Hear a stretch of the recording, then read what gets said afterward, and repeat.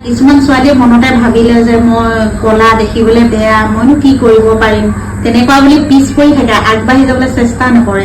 তেওঁলোকক আপুনি কি ক'ব? তেওঁলোকক মই এটা কথা ক'ব বিচাৰোঁ, তেওঁলোকে পঢ়া শুনাৰ লগতে যদি তেওঁলোকৰ কিবা মানে ভাল লগা কাম আছে, তো এদিন ৰাতি নিজে নুশুই পেলাই বিচাৰিব লাগে নিজক যে মই কি কৰিব পাৰোঁ, মই কি কৰিব পাৰিম।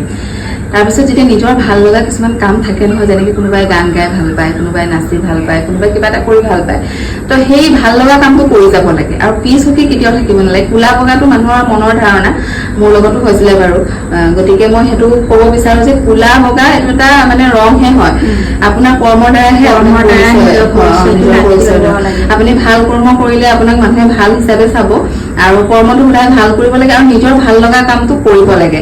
এদিন নহয় এদিন ছাকচেছ হ'ব পাৰি মানে। কাৰণ ময়ো কেতিয়াও ভবা নাছিলো যে ছচিয়েল মিডিয়াত আহি মোক কোনোবাই চিনি পাব, কেতিয়াও ভবা নাছিলো, কিন্তু সেইটো মোৰ ভাল